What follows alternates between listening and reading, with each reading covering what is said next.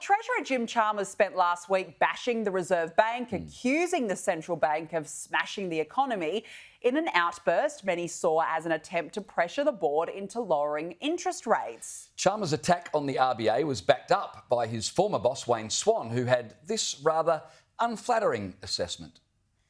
The Reserve Bank is putting economic dogma over rational economic decision-making, hammering households, hammering mums and dads with higher rates, causing a collapse in spending and driving the economy backwards, doesn't necessarily deal with the principal pushes when it comes to higher inflation. The government is doing a lot to bring down inflation, but the Reserve Bank is simply punching itself in the face. It's counterproductive and it's not good economic policy, and I'm incredibly disappointed with what they're doing. But Chalmers was all let's kiss and make up today, telling the ABC that he and Reserve Bank Governor Michelle Bullock were working together. My focus is on working with Governor Bullock. I've got a lot of respect for Governor Bullock. Our objectives are actually aligned to get on top of this inflation challenge, and we need to do that without ignoring the risks to growth.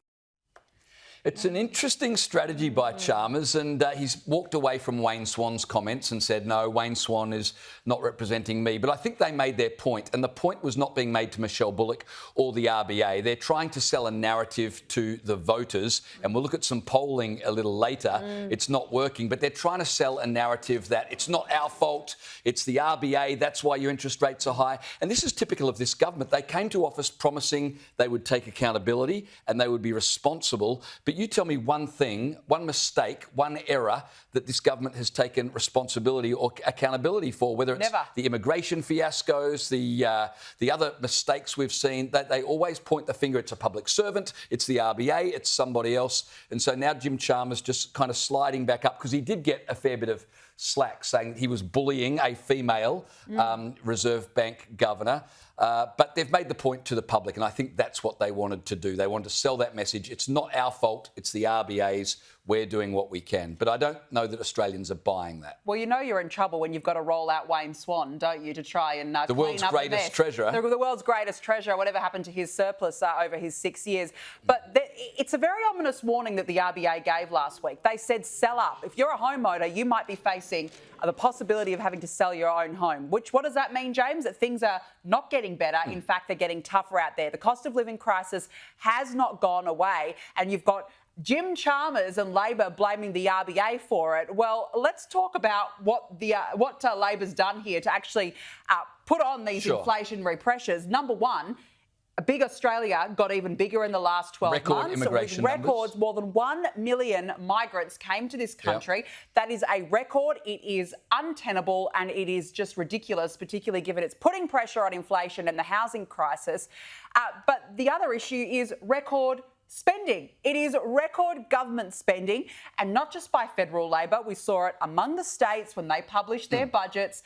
They went big. They spent up big. It is, of course, going to have a huge inflationary impact, as it has. So I think this was a cop-out. And on the spending, Michelle Bullock said this is going to add to inflation. Jim Chalmers denied that, of course. But don't forget, cost of living, the government only started speaking about this 12 months into their term. Remember, for a year, all they talked about was the voice. Meanwhile, the economy was going downhill, and they only started to talk about cost of living when it became apparent that this was going to be a major election issue, and it now is, because two national polls published today both show bad news for Labor when it comes to, surprise, economic management. Yes, an exclusive poll published in today's Sunday Telegraph has the government's primary vote at just 29%.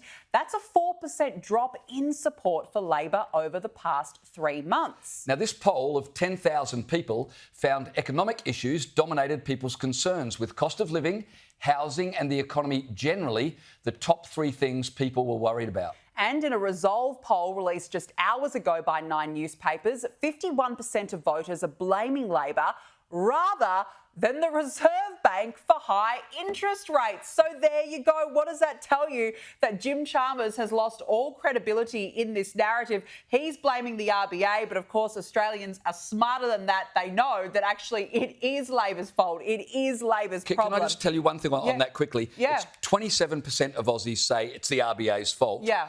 but 33% of Labor voters. So even Labor voters are only slightly more inclined to blame the RBA. Most people, including rusted-on Labor voters, know, no, the government is responsible for high interest rates. Well, it's clear from both of those polls that Labor has well and truly abandoned its base. It's abandoned the blue-collar workers, the middle class, the middle Australian workers. Well, the energy policy has done that. Well, I mean, the energy policies has done that. It's no surprise that there's backlash, because if you look at Labor's CV, James, you've got population growth, which is masking a per capita recession, record spending, the power bills, whatever happened to the alleged $275 that we were all meant to get, record petrol prices, rents are up, building approvals are at 12-year lows.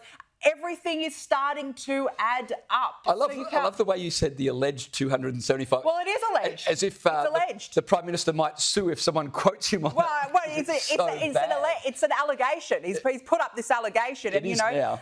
And just one thing with both of those polls, which I found interesting, it said that voter intention results reveal a strong possibility of a minority government. Yeah. Now, you and I have spoken to this at length. A minority government is a disaster. You will have the Prime Minister, followed by the de facto Prime Minister, Adam Bandt, couple of Teals, perhaps a couple of Muslim votes, independents thrown in there. It would be an absolute omnishambles. Now, the polling suggests that both parties, and polling's certainly not good for Labor. No. The polling is certainly pegging the coalition back a bit, but I do not rule out Peter Dutton at all, because the policies the coalition are putting forward are bold. And Peter Dutton is starting, and increasingly so, differentiating himself from Labor. And for too long, the Liberal Party, the Labor Party, what's the difference? But we're finally starting to see some significant differences in policy. It started with The Voice. Yes. Now nuclear power. The coalition have promised to overturn that ridiculous decision to shut down the proposed gold mine in Orange. So you're right, we may well see a contest as we get closer to the election, but God help us if we get a minority government with an effective Deputy Prime Minister, Adam Bandt.